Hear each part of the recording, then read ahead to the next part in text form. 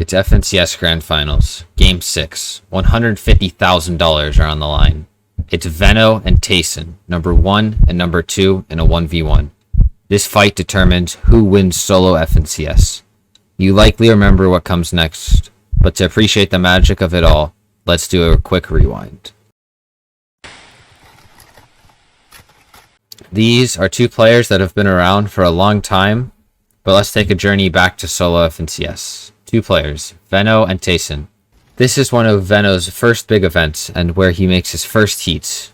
Veno at this point is a small and up-and-coming player, and this is a huge start for him to make heats. For Tayson, it's a different story.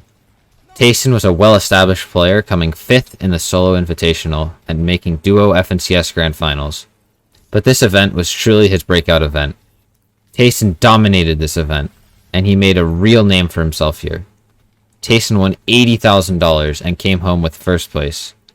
After here, it only looked up for Tayson. Tayson then went on to play with Mongrel and Mitro, where he won Trio FNCS again, winning back-to-back FNCSs.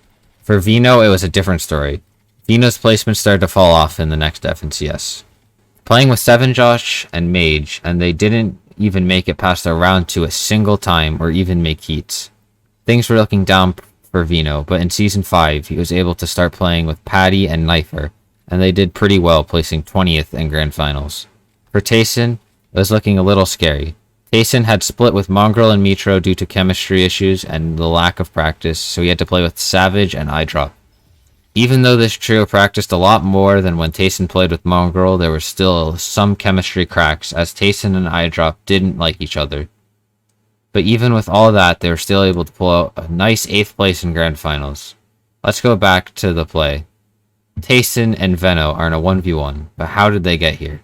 For Tayson, it was quite smooth. Tayson found Nate and 4ZR, and even though they showed some early struggles, they came through with a 3rd place in FNCS Grand Finals, qualifying Tayson through the solo FNCS All-Star Finals.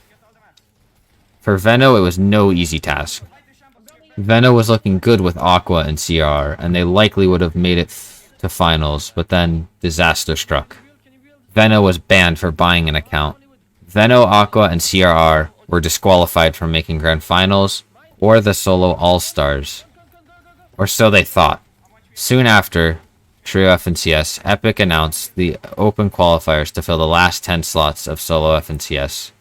This would be Veno's last shot. How did Veno do?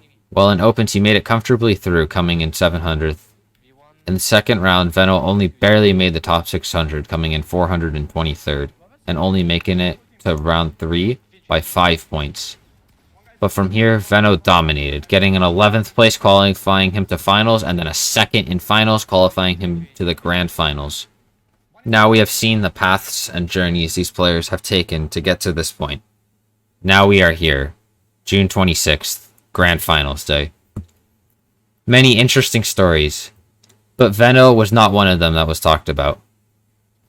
Benji contesting Pink off spawn, and many questionable splits that certain trios were doing. So let's get right into it. Game 1. Veno ends up having a strong first game, ending in 5th with 2 kills. The main story of this game, however, was Shizonami, a relatively underrated player who took height off of Veno in moving zones to win the game. But where was Tayson? Tayson was out in 91st due to Vortexer pushing him and killing him on Zate Hill. Game 2. Veno again had a solid game, coming 4th with a few kills, but this was Tayson's time to shine. Tayson took height by getting to the front edge of 2nd moving and won the game from there. In Game 3, Tayson gets another strong game getting 2nd, and Veno has a very poor game, only coming in 26th. This allows Tayson to take the lead for the first time in this tournament. Game 4 comes with 2 very strong games out of both players, with a 5th for Tayson and a 3rd for Veno. After this game, Veno retakes the lead by only a tiebreaker, and they are both on 90 points. Game 5, disaster strikes for Tayson as he dies in 49th, only getting 2 points. Luckily for Tayson, Veno also struggles, only picking up 5 points and falling in 37th. Game 6, the final game. Veno leads Tayson by 3 points going into the last game, and $150,000, and the title of FNCS champion relies on the results of this final game. Going into mid-game, both players have very good loot, with Tayson having a chug cannon and Veno having 2 launch pads. Both players make it to endgame with good setups to do well. Tayson has 130 mats, and Veno still has the 2 launch pads. Each player gets an equally far 50-50, and Veno gets in cleanly with his own launch pad. For Tayson, it's a lot scarier. Tayson walks 50-50 on foot, and gets it for free, but almost gets headshot sniped while in the process of rotating this zone. Tayson finds a refresh on first moving, and starts to looking towards height. While looking towards height, Tayson gets jumped by Toos. Toos hops in his box, and Tayson wins one of the most clutch aim duels that you will ever see. From here, Tayson does not miss. He finds not 1, but 2 refreshes, and then finds a third one on low.